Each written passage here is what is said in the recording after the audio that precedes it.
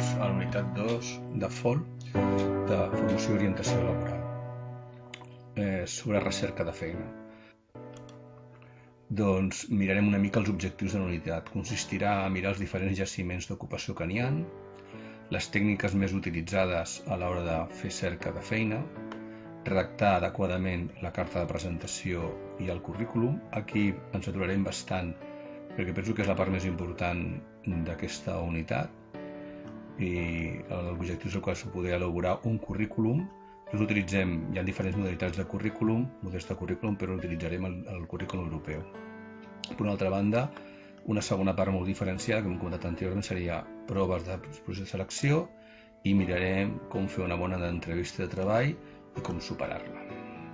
Doncs anem a començar. En un principi, quan estem parlant de serveis d'inserció laboral, estem diferenciant aquells que són públics dels privats o aquells que generalment es troben habitualment en entorns que no diferents, no?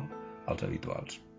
Llavors, quan estem parlant dels públics, estem parlant de les oficines, agències de col·locació, centres juvenils, diputacions i ajuntaments que tenen diferents serveis per ajudar el jovent o col·lectius desfavorits a buscar feina.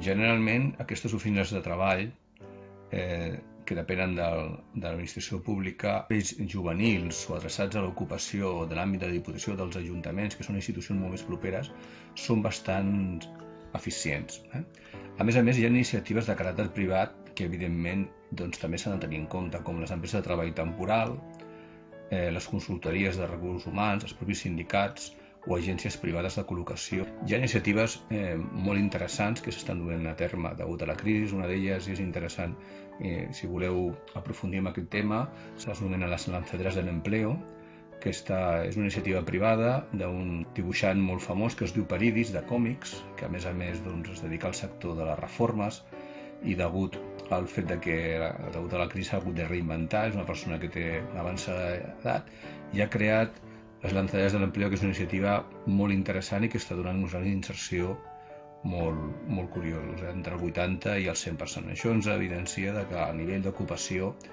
s'ha d'afrontar la política activa d'una manera molt diferent. I per l'altra banda, altres aspectes que serien altres, que són aquelles ofertes de treball que podem trobar a la premsa, les pàgines grogues, objectius oficials, contractes personals i centres educatius, aquests cada vegada tenen més rellevància.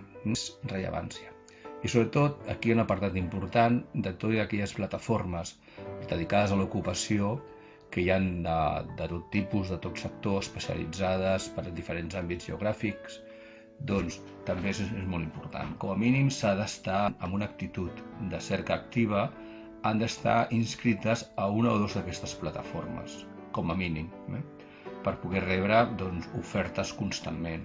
Jo parlo molt bé de la plataforma InfoJobs perquè jo la conec del punt de vista del Departament de Recursos Humans, a mi m'ha funcionat molt bé.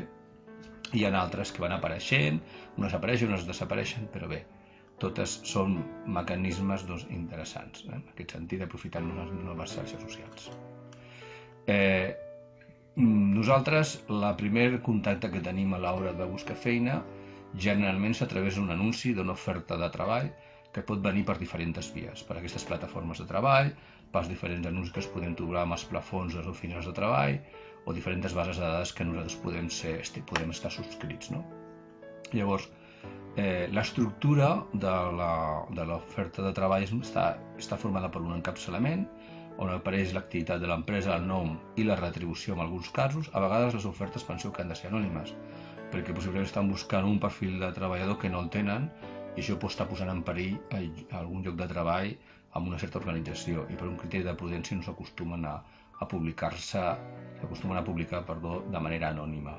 Tenim el cos, on es defineixen les funcions, requeriments i el que s'ofereix. Per tant, si està ben treballat el perfil del lloc de treball vacant, doncs es pot servir una mica per filar més prim en el nostre procés de cerca, i el tema de la cloenda, que bàsicament es tracta d'on enviar les nostres dades i la referència a l'hora de buscar el nou treballador a l'empresa i tenir la possibilitat de fer el procés, de continuar amb el procés de selecció i fer algun tipus d'entrevista.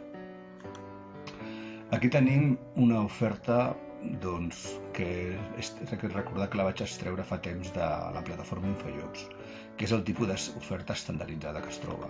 Aquí podeu veure la data, el nom de l'empresa, en aquest cas sí que està especificat, la localitat, el lloc de treball que ocupa, l'àmbit i la categoria, i a quin departament pertany aquesta vacant, que seria oficina d'empleo.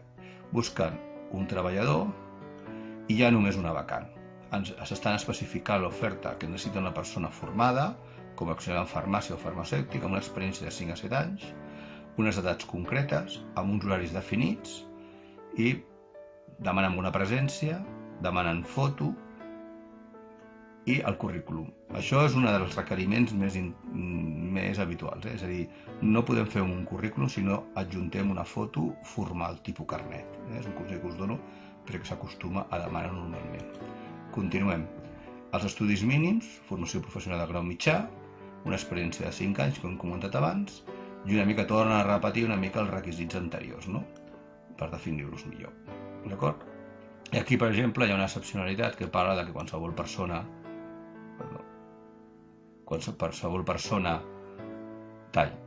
I aquí hi ha un requisit excloent en el qual qualsevol persona que no reuneixi els requisits que s'abstingui de presentar-se.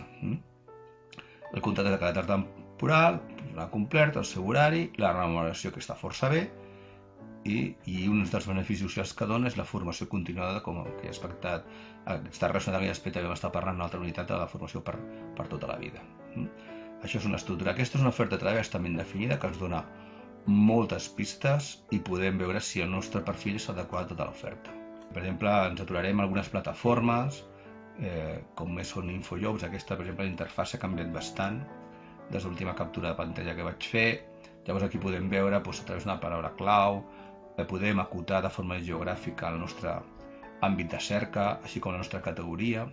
És importantíssim donar-se d'alta i dedicar-hi cert temps a emplenar cada un dels camps i decidir quin és el nostre àmbit d'interès, d'actuació, en quant al sector, en quant a la nostra categoria professional, quin tipus de feina, de quin és el tipus d'ocupació.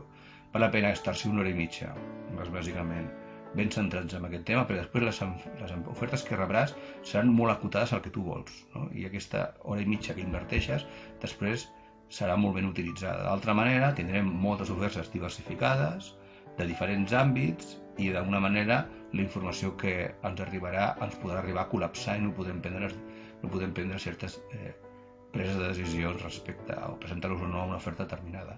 Aquí, com podeu veure, en el cas d'Infojobs, hi ha dues empreses de marca interessant, que això dona credibilitat, i bé, i aquí t'estan informant dels llocs que estan vacants en aquell moment, i per exemple, la part més important és, per exemple, els llocs vacants que n'hi ha i les ofertes que s'estan gestionant en aquests moments. Això són indicadors importants.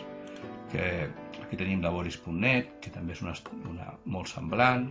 Tenim Monster, també és interessant aquesta plataforma, trabajos.com.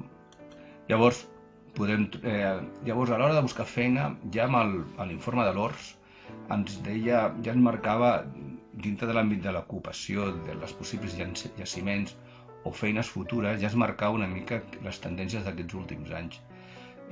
Llavors ens deien en aquell moment que hi ha una sèrie de sectors que ho passaran malament, sectors que estan en reestructuració, la crisi tot això ho ha agreujat encara més, però també ens comentaven que hi ha una sèrie de sectors que cada vegada seran sectors més incipients, que tindran més importància, que és bàsicament sectors terciaris dedicats al servei, relacionat amb el tema de la vida quotidiana, no? Totes aquelles feines relacionades amb els serveis a domicili, repartiment de mercaderies, neteja, atenció a persones grans, a persones joves, tema de guarderies, això és important, no? Activitats extraescolars.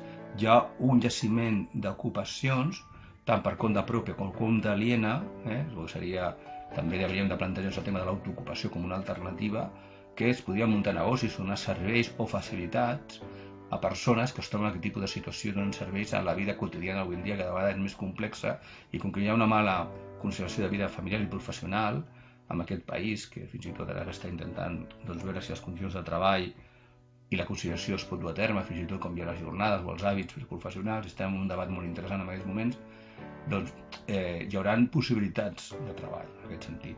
Millora relacionada amb la qualitat de vida, o sigui, tema de rehabilitació, de reparació de mobiliari, vigilància de llocs, instal·lacions de seguretat. Ja ha hagut una certa incertesa, s'ha incrementat els furts, els robatoris, pel tema de la crisi, per tant, els sectors aquests de posar alarmes o tenir seguretat. De fet, hi ha institucions públiques que no tenen dotació pressupostària i recorren a la vigilància privada en aquests moments, doncs com una alternativa, el tema de seguretat. Vigilància de vehicles, estalvi energètic, assessorament, fons d'energia, tot el tema de lleure, també, turisme rural, això ho estem d'alguna manera gaudint ara, hi ha un boom interessant en el tema de turisme rural com una via de turisme alternatiu, degut a que el poder adquisitiu ha baixat en general, temes esportius, cura de la salut, esports, gestió d'espectacles i tema de medi ambient, que el tema de les energies renovables cada vegada tindrà un pes més específic i, per exemple, aquest país estem apostant bastant. Hi ha iniciatives i inversions molt interessants en aquest sentit.